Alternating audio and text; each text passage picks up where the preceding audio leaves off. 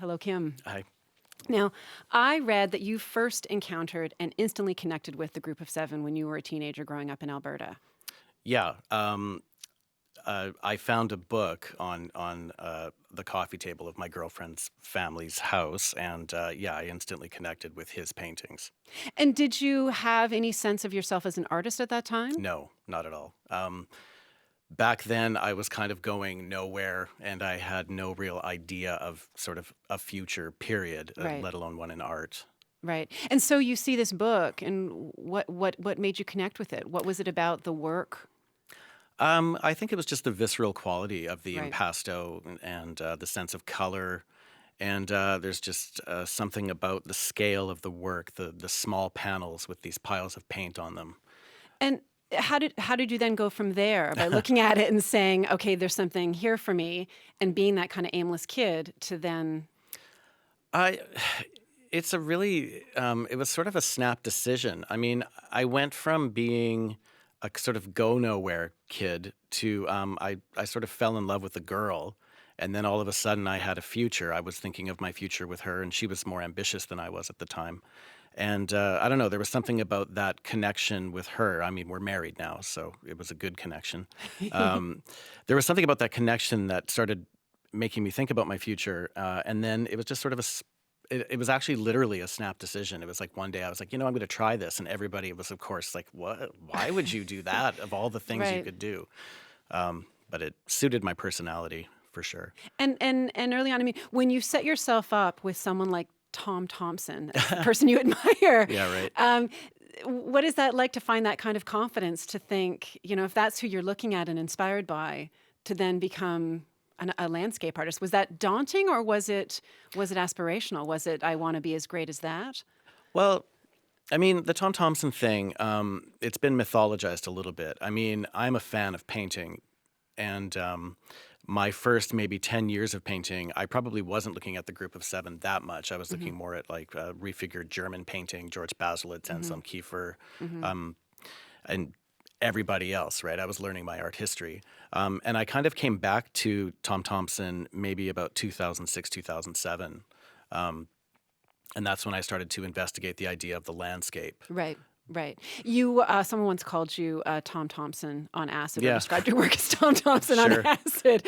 Well, How do you feel about that? I I've mean, never done acid. I mean, maybe it's a perfect description. I don't know. I mean, I'm definitely, I'm a magpie, and I take from my influences. I think most great painters do. And, I think that if people recognize that, um, if they recognize him in my work, that's great. mhm, The on acid part, I don't know. I don't know how right. to respond to that. Sure. Well, so you turn your attention to landscape painting, or turn your Yeah, focus to landscape sure, painting, but your work is there's a sinister quality, a sure. haunted Yep, quality to it. Is that a fair description, an accurate description? absolutely. Yes. And and I know you've said I'm in awe of nature, but I'm also scared to death of Yes, it. terrified of it. So what are you seeing when you are looking at these landscapes that's coming out in your work? What is the nature of that fear?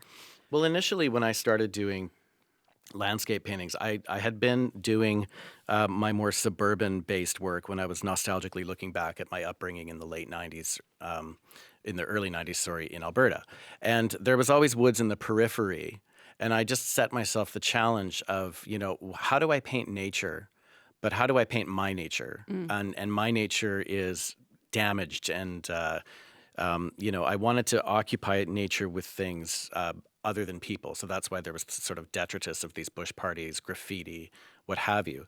And so, you know, I really wanted to just sort of convey that kind of experience of nature. And then also, when you go into the deep woods, like there's nature like that, which is easily accessible. And I think most Canadians know that nature. But then, if you drive 2 or 3 hours north of here, then there's terrifying, right. you're going to die nature. Right. And that's also a nature I'm interested in. I'm, Right. I'm interested in that, Margaret Atwood described it as a wall of Mm, forest with, a little bit of foreground, no midground. right. And so I'm interested in that space because when you enter that space, that's kind of when that primal fear happens. Right. And so, Do you think that sort of the general Canadian, because I feel like there's so much of the Canadian identity that's wrapped up in I mean, even though we're a largely urbanized country now, but this sort Hmm. of Canada's wilderness, and I think about sort of tourism commercials with those beautiful sort of crane shots sweeping over some gorgeous green wilderness Hmm. somewhere. Do you think it's too much of a romanticized or idealized image? Do you think when you talk about, when you quoted Margaret Atwood or talk about your own sense of like, the deep, deep nature, do you think that's actually not sort of in our psyche as much as it ought to be, or we romanticize nature too much? Well, it's easy to romanticize nature because it's romantic and it's beautiful. And when Right. you're up there, you know, it's actually awe-inspiring and it's Mm. beautiful. And I think that that's a deep part of us, especially when we go out there. Um, I don't know. Can you over-romanticize nature? I don't know. I Is think the showing mythology of the group maybe has been right, romanticized. You know, there was a point where they were just some guys going into the woods painting on boards, right, and I think that the myth around that right. has definitely been romanticized. Right. Well, on that point, there are a lot of Canadian artists who sort of find the Group of Seven mythology or legend somewhat suffocating as an Hmm. artist, that there seems to be one needs to either respond to it or react to it. You seem to have found your path through that tradition in a way that you're able to make your own. Did you have a moment where you thought, oh, geez, I'm a Canadian artist, I'm going to do landscape, like I've got to somehow grapple with the Group of Seven? Well, there's two ways of looking at it. I think the first, I always sort of take it back to the personal. I talked in the beginning about how I was going nowhere. So in reality, I have no fear because I've been poor. Right. I've failed. So really, I didn't really see the challenge as that much of a challenge. And I also think that there's this people have this ability to get so cranky about things. And, when I was looking at the group, I was really just looking at, and not all of the group, three or four of the painters are the only ones that I'm actually interested in. I was just looking at them as painters, and I was just trying to take from them respectfully and turn it into my own thing. Mm. So I never felt suffocated by it.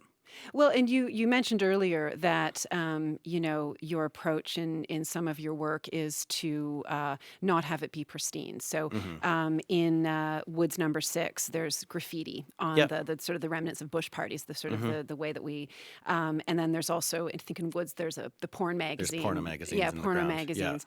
Um, so is that in terms of showing how we interact with nature that way, that seems to be kind of a not as much of a scared relationship with nature in those pictures. Is it exploitative in your mind, that the way that we go into the bush that way? Well, when I was growing up in Alberta, the woods were always just sort of on the periphery of suburbia. And that's kind of where we went to do things, drink, build a fort, look at. There, for some reason, was always a stash of porno magazines out there.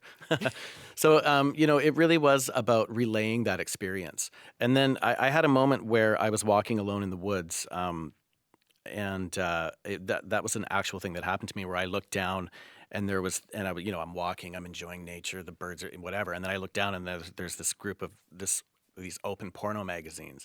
And so it was that kind of weirdness in that moment, recognizing that somebody's been there before, and it was a sinister energy or not a pleasant Hmm. energy. And so I was trying to convey that moment. I mean, my work really is about beauty and then disarming that beauty. And Right. so using narrative from my life or something concocted to engage that nature that I'm using is kind of, Yeah.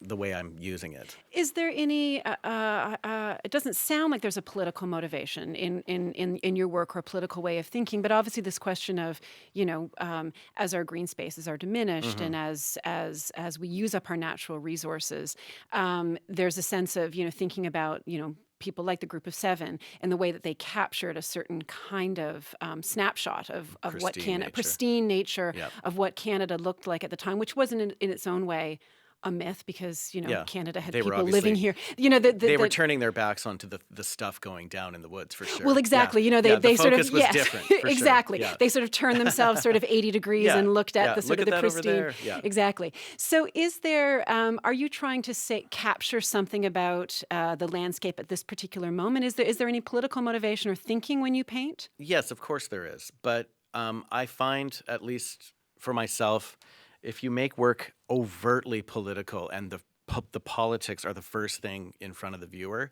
you're not going to engage them in the way that I want to engage them. So those things are there. I mean, that's why I'm painting zombies occupying the woods that are falling apart, and I'm only attracted to a certain time of year when the woods look the most vulnerable and sinister. But for me, I prefer to have that conversation in the background of the work. Right. Right. Well, on that, I want to talk about one of your paintings, Supernatural. And Oh yeah, it's yeah. this very lush wilderness scene, and all types of animals are out in the open and frolicking about. Hmm. And it feels a bit almost like an eavesdropped upon scene of, what did you want to say with that piece? What's that about for you? Well, there were two things going on with that painting. I was doing a show in New York City, and I don't tailor my shows to the venue, but I do. There, it is a consideration. So I kind of liked playing with that idea of super Canadian, because I was always talked about, this Canadian painter, and I was even asked if I take a skidoo to my cabin to make my paintings. I mean, literally, I was asked that question. So that was crazy. But so I liked playing with that idea, and then also I'm really attracted to maps or illustrations of national parks where they show you what is in the woods. Right. So that actually came from one of these crazy posters where it's like, all of these animals that would never interacting. So there's this kind of saccharine quality to it that was kind of irresistible to me. Do you now? You talked earlier about sort of growing up in Calgary and sort of that kind of suburban landscape, and you are an urbanite. You do go out into the wilderness, but you're a Torontonian. Do you think that this idea of landscape painting in Canada being about our wilderness and our forest, is that still relevant? Is there going to be a different way of thinking about what it means to be a landscape painter? Will it provide different challenges as the landscape itself changes? Well, it's hard for me to predict that or make a grand statement about that. I mean, for me as a viewer, I find a lot of work like that not so interesting. And even if it's an accomplished painter, for me, just looking at a beautiful landscape is not really terribly interesting. So I don't know. I think that we have to reflect the time we live in, and that's what I'm hoping to do. That's what the kind of work I'm most interested in seeing. So I think that something that's just made to sort of glorify something that has either been done a long time ago or has no real relevance. I don't know. I don't find it that interesting. But on the other hand, that's just my opinion. Right. So Well, I will not commit painter-on-painter hate crime. thank goodness. Now, I mean, we focused on landscape work, but you Yeah. also do portraits and nudes and Yeah. other kinds of work. You've talked in the past about about wanting to make landscape painting contemporary, and is it something that you see now that you want to continue doing? Do you want to focus on the other kinds of work? Do you feel there's still sort of juice and meat for you to explore? In Yeah, that kind of totally. work? I mean, I think publicly, my work has been really regarded in this way because of the show at the McMichael. Right. And the show at the McMichael was a career highlight, But to do that show successfully, we really had to take a very thin line Right. of my work. Otherwise, if we're throwing everything that I do into the equation, it would have been a very Right. confused show. And I Right. was also responding to the group of seven, blah, blah, blah. There's a lot that I work with. I work with, images of my family in the city, dynamics of family. I do portraits of my wife. I do nudes of my wife. So the project is big. Right. So I kind of let myself go where my interests are. So, for example, So after the McMichael show, we did the Homecoming show in Calgary, where we focused on my upbringing in Red Deer and all of those works. So that was nice, right? It was a very separate show. I have a show coming up at the Museum of Contemporary Art in Denver, and it's focusing on the more dark, sinister works. So I tend to just kind of go where my interests take Right. me, and so I'm working on a show in Montreal right now, and it is actually more back to that landscape and people dwelling in the landscape, and how that. I will say there's a more apocalyptic edge to this body of work. So Right. Is it a weird experience to have your work, since you see your work as existing as a whole body? Is it Mhm. weird to have that experience of sort of pieces of it broken off to No, I sort love of, it. I yeah? love it. Yeah, I mean, well, let me put it this way. It's not really cool to say this, but I actually really love showing my work. I really enjoy connecting with the viewer and painting every day. So if there's an opportunity, even if it's if it's an overview, if it's a segmented view, it's just great to show work and have people respond to that work. Well, thank you so much for your time today. It Yep. was a Thank you pleasure speaking with thank you for you. having me.